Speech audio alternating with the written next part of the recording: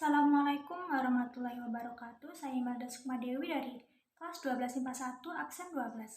Di sini saya akan menjelaskan tentang hak asasi manusia di Indonesia. Apa sih yang dimaksud HAM?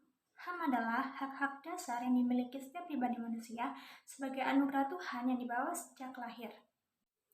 Penegakan HAM di Indonesia. Setiap orang dan setiap badan dalam masyarakat senantiasa menjunjung tinggi penghargaan terhadap hak-hak dan kebiasaan-kebiasaan melalui tindakan progresif, baik secara nasional maupun internasional. Namun, manakala manusia telah memproklamasikan diri menjadi suatu kaum atau bangsa dalam suatu negara, status manusia individual akan menjadi status warga negara. Pemberian hak sebagai warga negara diatur dalam mekanisme kenegaraan. Selanjutnya, langkah-langkah penegakan HAM di Indonesia.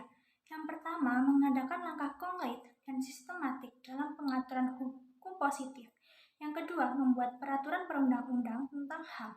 Yang ketiga, peningkatan penghayatan dan pembudayaan HAM pada segenap elemen masyarakat. Yang keempat, mengatur mekanisme perlindungan HAM secara terpadu.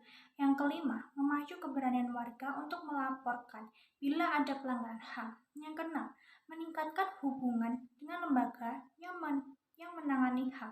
Yang ketujuh, membentuk pusat kajian HAM. Yang kedelapan, meningkatkan peran aktif media massa. Apa sih pelanggaran hak asasi manusia? Pelanggaran HAM merupakan perbuatan melawan hukum baik terhadap seseorang maupun kelompok orang termasuk aparat negara baik disengaja maupun tidak disengaja.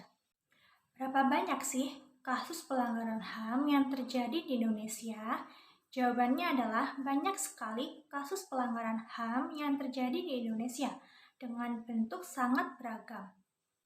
Ada pelanggaran HAM oleh aparat pemerintah kepada warga negaranya, dan ada juga yang dilakukan oleh warga negara terhadap sesama warga negara Indonesia. Terdapat perbedaan kasus pelanggaran HAM menurut Undang-Undang Nomor 26 Tahun 2000. Yang pertama, pada masa lalu, yaitu pelanggaran HAM berat masa lalu dapat diadili melalui pengadilan HAM ad hoc. Dan yang kedua, setelah Undang-Undang Nomor 26 Tahun 2000 diundangkan, berlaku surut yang bisa diadili sesuai dengan isi dari Undang-Undang Nomor 26 Tahun 2000. Penyebab pelanggaran hak asasi manusia. Berikut faktor-faktor penyebab terjadinya pelanggaran HAM. Yang pertama yaitu faktor internal. Faktor internal adalah faktor yang diakibatkan karena adanya dorongan untuk melakukan pelanggaran HAM yang berasal dari pelanggar HAM.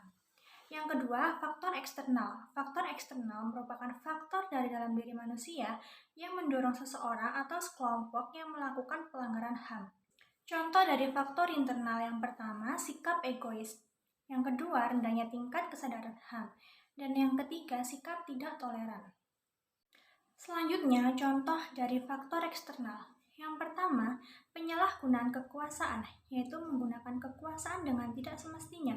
Yang kedua, ketidaktegasan aparat penegak hukum, yaitu sikap permisitif dan penegak hukum terhadap pelanggaran HAM. Yang ketiga, penyalahgunaan teknologi, yaitu memanfaatkan kemajuan teknologi untuk tindakan yang dapat merugikan orang lain.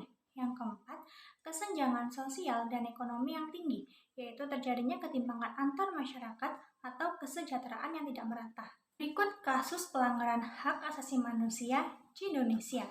Yang pertama, pelanggaran HAM masa lalu, yaitu yang pertama, peristiwa 1965 sampai 1966.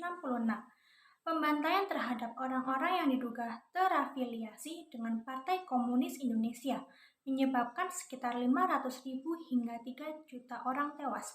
Yang kedua, penembakan misterius pada tahun 1982 sampai 1986. Korban peristiwa ini mencapai 2.000 hingga 10.000 orang yang pelakunya diduga membunuh atas perintah jabatan di bawah koordinasi Panglima Komando Pemulihan Keamanan dan Ketertiban Republik Indonesia.